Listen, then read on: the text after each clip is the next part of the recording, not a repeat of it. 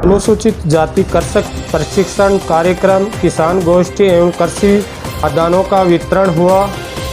नमस्कार दोस्तों, आप देख रहे हैं TF न्यूज़ से RL चौधरी की खास पेशकश। राष्ट्रीय एकीकृत कीट प्रबंधन अनुसंधान केंद्र नई दिल्ली ने अनुसूचित जाति, गरीब सेवा से नीचे BPL के किसानों की सामाजिक आर्थिक स्थिति में सुधार लाने और उन्हें समान रूप से विकास प्रक्रिया में भाग लेने में सक्षम बनाने के लिए और किसानों की आमदनी बढ़ाने के लिए नई वैरायटी के बीज एवं खाद प्रशिक्षण की जानकारी के लिए गोष्ठी का आयोजन किया गया। ये कार्यक्रम प्रदेश के जयपुर जिले से फुलेरा विधानसभा क्षेत्र में आने वाले जेतपुरा गांव में इस कार्यक्रम का आयोजन किया गया, जहां पर 250 से अधिक किसानों के साथ ही किसान महिलाओं ने भी इस कार्यक्रम में भाग लिया। आज 25 अक्टूबर 2023 को इस कार्यक्रम के मुख्य अतिथि डॉक्टर RS बाना साहब रहे। इस कार्यक्रम का मंच संचालन कृषि अधिकारी मोहनलाल बाना के द्वारा दिल्ली से पधारे वैज्ञानिकों को तिलक लगाकर माला स्यापा बंधाकर उनका स्वागत एवं अभिनंदन किया गया और नाश्ते के बाद देश के पधारे हुए कृषि अधिकारियों ने अपना उद्बोधन देने से पहले स्थानीय सरपंच साहिबा श्रीमती ब्रजेश्वरी देवी को शॉल ओढ़ाकर सम्मान दिया और गोष्ठी में पधारे हुए सभी किसानों व किसान महिलाओं और फील्ड के सुपरवाइजर भी को धन्यवाद ज्ञापित कर कार्यक्रम में किसानों की आमदनी दोगुनी हो इसके बारे में अपना उद्बोधन दिया। अंत में सभी पदाधिकारियों किसानों को प्रशस्ति पत्र देकर सम्मान किया और बीज की वितरण करके फिर सभी किसानों ने भोजन ग्रहण किया। इसके बाद कार्यक्रम का समापन हुआ। नमस्कार, TF जानी न्यूज़ की तरफ से आज जो कार्यक्रम आपको दिखाया जा रहा है उसकी मैं मोटी रूपरेखा मैं मोहन बाना कृषि विभाग राजस्थान से इसकी मोटी रूपरेखा आपके सामने बताने जा रहा हूँ। Indian council of agriculture research, भारतीय कृषि अनुसंधान परिषद नई दिल्ली के और कृषि विभाग राजस्थान के संयुक्त तत्वावधान में आज ये 1 दिवसीय किसान गोष्ठी का आयोजन किया गया है। ग्राम जेतपुरा, तहसील फुलेरा, जिला जयपुर, राजस्थान में इसका आयोजन हुआ है। इसमें ICAR की तरफ से वरिष्ठ वैज्ञानिक और अन्य वैज्ञानिक लोग यहाँ पधारे हैं, जिन्होंने किसानों को कैसे उनकी जीविकोपार्जन को मजबूत किया जाए, कैसे उनकी जीवन शैली को एग्रीकल्चर कृषि को बढ़ावा देते हुए कैसे बढ़ाया जाए, इसके बारे में सविस्तार समझाया है। उन्होंने मुख्य रूप से जो इसका विषय था अनुसूचित जाति के किसानों को प्रोत्साहित करना, उनको एग्रीकल्चर के लिए बढ़ावा देने के लिए, एग्रीकल्चर में रुचि बढ़ाने के लिए ये कार्यक्रम रखा गया। और मैंने पाया कि इसमें जो कृषक आए हैं उन्होंने कार्यक्रम में विशेष रुचि दिखाई है, उनको सर्टिफिकेट भी मिले हैं कार्यक्रम के। इसके अलावा उनको किट मिले हैं, जैसे सब्जी का किट हो गया, गार्डनिंग टूल्स के किट उसमें मिले हैं। तो किसानों के रोज़मर्रा में काम में आने वाली चीज़ें उनको दी गई है। इसके अलावा इनको जो खेती की उन्नत प्रौद्योगिकी का कैसे उपयोग किया जाए, उसको कैसे अपने दैनिक जो अभी वर्तमान में ट्रेडिशनल एग्रीकल्चर चल रही है, जो पारंपरिक खेती चल रही है, उसको कैसे ऐसा उन्नत बनाया जाए कि कम लागत में ज़्यादा आमदनी हो सके और खेती जीविकोपार्जन के साथ साथ रोजगार का जरिया बन सके। वर्तमान में रोजगार की जो दर देखें वो इतनी अच्छी नहीं है, बेरोजगार लोग काफ़ी घूम रहे हैं। जिन लोगों के पास भूमि की उपलब्धता है उसके बावजूद, पर्टिकुलरली जो राजस्थान की परिस्थितियां हैं उनमें अपन देखें जहां पानी की कमी से जूझ रहे हैं, तो उसके बारे में भी यहां किसानों को ये बताया गया कि आप जो फार्म पॉन्ड है और जो कम पानी की रिक्वायरमेंट वाली फसलें बुआई करके आप अपनी जो जीविका है उसको मजबूत कर सकते हैं। इसके अलावा जो राज्य सरकार आपको मिनी किट्स वगैरह उपलब्ध करवा रही हैं, योजनाओं के बारे में चूँकि कई हमारी सीमाएं थी इसलिए ज़्यादा बताया नहीं जा सका, लेकिन फिर भी कहना यह है कि आप लगातार विभागों के संपर्क में रहें, लगातार जो वैज्ञानिक लोग हैं उनके संपर्क में रहें। आपके कहीं भी कोई किसी प्रकार की समस्या आती है, उस समस्या के निवारण के लिए आप लगातार संपर्क में रहें और उसका निवारण पाएँ, क्योंकि जो वैज्ञानिक लोग हैं वो उन सब परिस्थितियों से, उन सब बीमारियों से कैसे लड़ा जा सकता है, किस प्रकार से फसल का उपचार करके उनसे लड़ा जा सकता है, फसलों को मजबूत किया जा सकता है या मजबूत वैरायटीज़ डेवलप की जा सकती है, उसके बारे में भली प्रकार से विज्ञ हैं, तो उनके ज्ञान का हमें लाभ निश्चित रूप से उठाना चाहिए। और मैंने देखा कि किसानों का जो फीडबैक था काफ़ी सकारात्मक रहा और काफ़ी किसान मोटिवेट रहे। कुछ किसानों ने हमें ये भी बताया कि हम लोग काफ़ी प्रेरित हुए हैं इससे, और जो स्पेशली जो युवा वर्ग है, युवा वर्ग के किसान हैं, उन्होंने ये कहा कि हम लोग कैसे इसको रोज़गार के बतौर रोज़गार खेती को उन्नत तकनीकी, उन्नत प्रौद्योगिकी अपनाकर कैसे करें, उसके बारे में युवा किसानों की काफ़ी रुचि दिखाई। आईसीआर का मैं विशेष रूप से धन्यवाद करना चाहूँगा और ये भी कहना चाहूँगा कि हाँ, ऐसी जो मीटिंग्स हैं, ऐसी जो गोष्ठियाँ हैं, उनको समय समय पर निश्चित रूप से आयोजित की जानी चाहिए, क्योंकि किसानों को इसका सीधा लाभ मिलता है। किसानों को इसका सीधा लाभ कई मायनों में मिलता है। मोटे तौर पे उनका तकनीकी जो खेती का सुधार है, उनके आर्थिक स्तर को कैसे मजबूत किया जा सकता है, विभिन्न प्रकार के इसमें ज्ञान अर्जन के साधन के बतौर ज्ञानार्जन साधन के रूप में ये प्रशिक्षण रहा। मैं बहुत बहुत आभार व्यक्त करना चाहूँगा आईसीआर का और कृषि विभाग का। धन्यवाद। नमस्कार, मैं के माध्यम से फुलेरा तहसील के जयसिंहपुरा पंचायत ग्राम के जेतपुरा गांव में जो आज आईसीआर के द्वारा यहाँ पर किसानों के लिए एक वैज्ञानिकों की दिल्ली से आकर के जो मीटिंग की गई है, हमको जो ज्ञान अर्जित किया है, इसके लिए मैं डॉक्टर बाना जी को धन्यवाद देता हूँ, जिन्होंने अपने यहाँ आकर के किसानों को एक अच्छा ज्ञान दिया है, जिसमें कौन सा बीज बीजना चाहिए, कैसी खेती करनी चाहिए। और इसके साथ में मैं किसानों को भी कहना चाहूँगा कि मैं जैसे पौंड पॉली हाउस मैंने लगा रखा है, ऐसे ही सभी किसान भाई पौंड का उपयोग करें। सरकार जब इतना सहयोग करिए तो उसका फ़ायदा भी लेना चाहिए। मैं सरकार को भी धन्यवाद देना चाहता हूँ कि इन्होंने किसानों को बहुत अच्छा सहयोग किया, जिसमें जाल, तारबंदी, पौंड, सौर ऊर्जा, सभी पॉली हाउस, जिनका मैंने सबका बेनिफिट लिया है, ऐसे सभी किसान भाई ले, जिससे अच्छी इनकम हो सके। धन्यवाद। नमस्कार, मेरा नाम डॉक्टर शबाना है। मैं भारतीय कृषि अनुसंधान संस्थान के राष्ट्रीय प्राकृतिक जैव प्रौद्योगिकी संस्थान में एक वैज्ञानिक पद पर कार्यरत हूँ। आज हम जयपुर डिस्ट्रिक्ट के फुलेरा तहसील में ग्राम जेतपुरा में पधारे हैं। हमारी पूरी टीम यहाँ पर आई है, जिसमें डॉक्टर आशीष और डॉक्टर कनिका मेरे साथ हैं और मिस्टर राहुल कुमार भी हमारे साथ हैं। इस गांव में हमारा जो पधारने का उद्देश्य है वो एक किसान गोष्ठी कराना है, ताकि जो भी आईसीआर दिल्ली में बैठ के जो भी काम कर रहा है या जो भी नई नई तकनीकियाँ विकसित कर रहा है, उसको किसानों से अवगत कराना, ताकि कोई भी प्रकार का गैप ना रहे। किसान को किस तरीके की समस्या हो रही है और वैज्ञानिकों को किस क्षेत्र में किस दिशा में कार्य करना चाहिए, उसी प्रक्रिया में आज हम यहाँ पधारे हैं, ताकि हम किसानों के साथ में ज़्यादा से ज़्यादा अपना इंटरेक्शन कर सकें। तो इस पूरे कार्यक्रम के तहत में हमने जो भी नई वैराइटीज़, जैसे कि जो यहाँ की अधिकतर जो उगाई जाती है, जैसे कि सरसों हो गया, गेहूँ हो गया, या फिर जो भी सब्जियों की वैरायटी है, उनके हमने बीज वितरित किए हैं। अगर ये उसमें सफलतापूर्वक होते हैं तो इससे एक आईसीआर को भी संदेश जाता है कि हाँ, हमें इस तरीके की उपज में और आगे जाना चाहिए। और अगर कुछ और विफलता का कारण मिलता है तो भी आईसीआर को एक नई दिशा मिलती है कि हमें किस दिशा में जाना है। और विभिन्न प्रकार के विषयों पे आज चर्चा की गई है, जिसमें हमारे राजस्थान गवर्नमेंट के विशेषज्ञों ने भी अपनी अपनी राय प्रस्तुत की कि हाँ, जैसे यहाँ पर सरसों का सबसे ज़्यादा उत्पादन होता है, तो सरसों के बारे में ज़्यादा बात की गई कि जो एफिड है उससे कैसे बचा जा सके या फिर हर प्रकार की चीज़ों से किया जा सके। तो आज हमने जो किट वितरण किए हैं उसमें बीजों के साथ साथ जो इनकी रोज़मर्रा के जो कृषि के क्षेत्र में जो भी चीज़ें यूज़ आती है उनको भी हमने वितरित किया है। और इस तरीके के कार्यक्रम हम और आगे करने के लिए अग्रसर रहेंगे। धन्यवाद।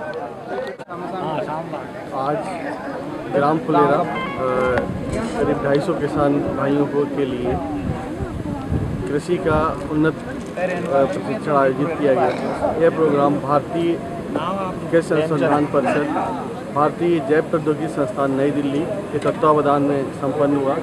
इसमें किसानों को नवीनतम जानकारी दी गई, अच्छी तकनीक के बारे में जानकारी दी गई, गेहूं की फसल के बारे में बताया गया, चना की फसल के बारे में बताया गया तथा सरसों की फसल के बारे में बताया गया कि नए बीज उत्पादन करें, बीजोपचार करें तथा सल्फर का प्रयोग करें और ज़्यादा से ज़्यादा उत्पादन कैसे लें, उन सभी तकनीकियों के बारे में बताया गया। साथ ही उन्हें बताया कि कम लागत में ज़्यादा से ज़्यादा उत्पादन कैसे लिया जा सकता है, इस बारे में बताया गया।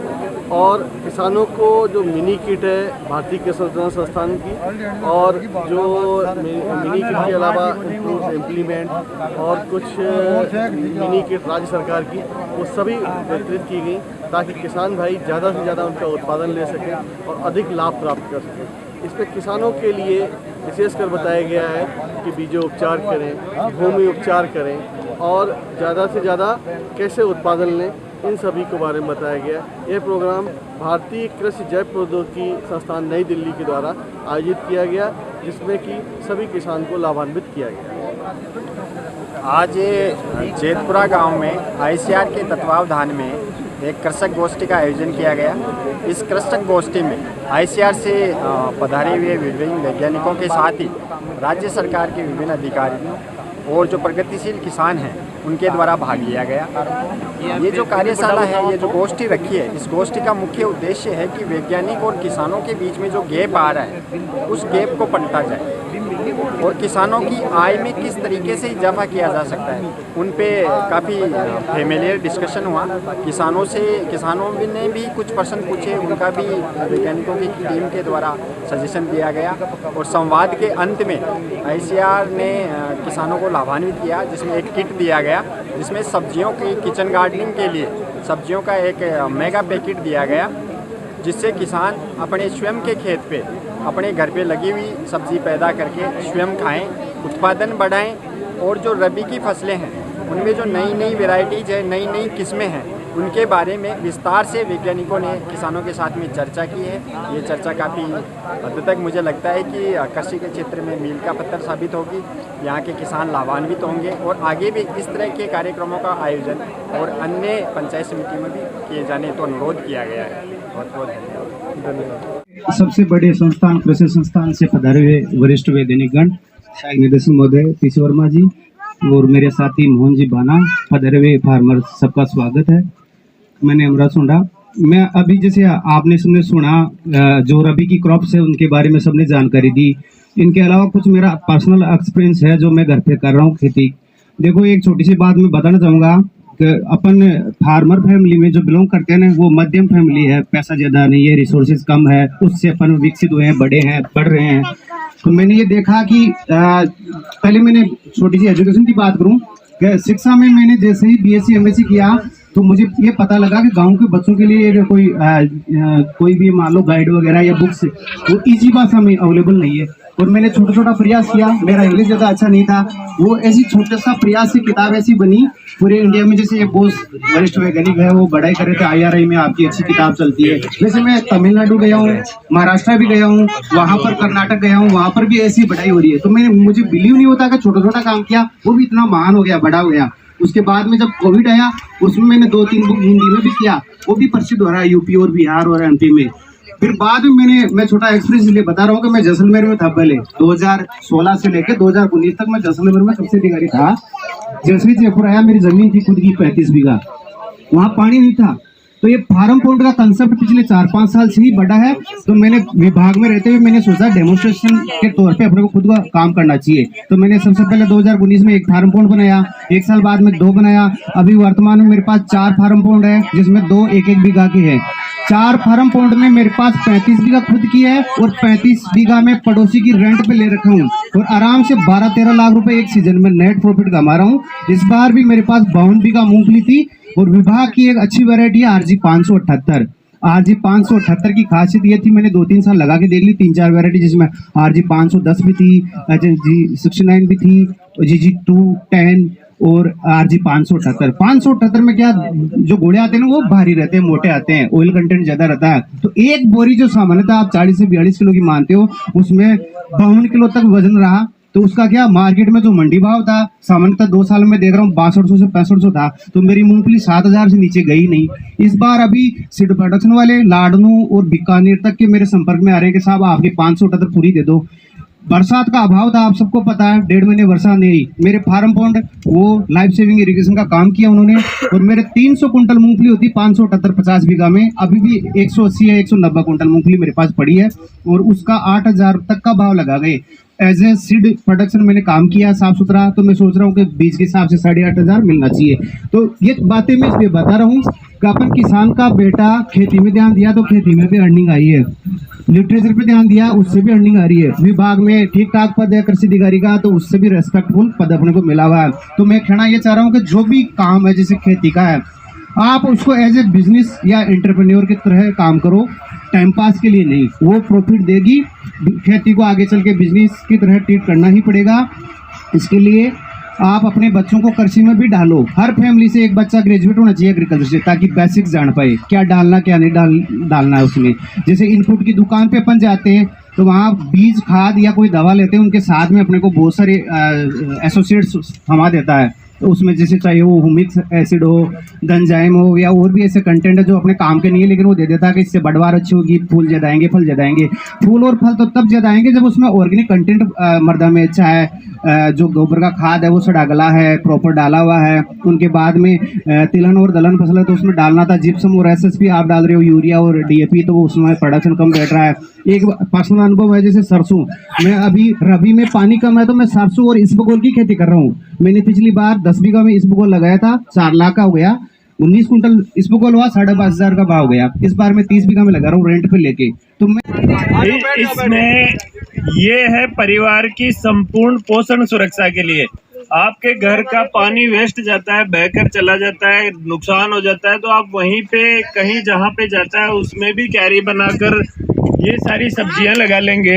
तो जो बात कर रहे थे ना, हम कई प्रकार के रंग खाएंगे तब जाके हमारी सही हष्टपुष्ट प्रोजनी रहेगी, लोग अच्छे रहेंगे, हष्टपुष्ट रहेंगे। तो ये है, इसमें पूसा रुधिरा गाजर है, प्याज है जो सर्दियों में लगाया जा सकता है, पूसा रेड, पालक है, मूली है, मेथी है, और एक दूसरी पूसा रिद्धी करके प्याज है छोटा, जो बंचिंग ऑनियन जिसको हम बोलते हैं ना, पाकड़ी लपेट लपेट खाए, वो उसके लिए ज़्यादा अच्छा रहता है। तो कच्चा प्याज खाने के लिए, जिसमें बहुत सारे एंटीऑक्सीडेंट्स रहते हैं, स्वास्थ्य बड़ा अच्छा रहता है। तो ये सब है इसमें। दूसरा, मैं राज्य सरकार को एक बताना चाहूँगा कि हमारी गेहूं की आप जो ये राज सीरीज और HD सीरीज बूढ़ी हो गई, उनके भरोसे नहीं रहे। नए घोड़े हमारे पास तैयार हैं। आप हमारे से HD 32-26 लीजिए, 29-67 लीजिए, 30-86 लीजिए, गेहूं की किस्में हैं हमारे पास। आप MOU कीजिए, हम देने के लिए तैयार हैं। ऐसे ही सरसों की दुनिया का जो सबसे बेस्ट सरसों का बीज है, जो केनोला बोलते हैं, उससे भी गुणवत्ता में कई बार उससे टक्कर का या उससे बेहतर हमारे पास पूसा 00 मस्टर्ड की कई सारी किस्में हैं। पूसा मस्टर्ड 29, 30 और 33 एक है, ये जो उत्पादन भी उतना ही देती है। 31 में थोड़ा उत्पादन में शिकायत थी, पर गुणवत्ता उसकी बहुत ही उच्च थी। तो वो सब है, आप MOU कराओ। हाँ, आप इंडेंट करो, और भारत में सबसे आसान बना दिया है हमने हमारे इंडेंट सिस्टम को। कोई भी ले तुरंत हम देते हैं, बहुत ही आसान सुगम ZTM यूनिट है हमारे पास। और आप इस बार करवाओ इंडेंट, कम से कम अगले साल तक राजस्थान के किसानों के लिए। वो जो बूढ़े घोड़े हैं उनको नहीं दौड़ाना है। हमारे पास जो दुनिया की सबसे अच्छी किस्में हैं वो हैं। हम 7 टन गेहूं का उत्पादन देंगे प्रति हेक्टेयर।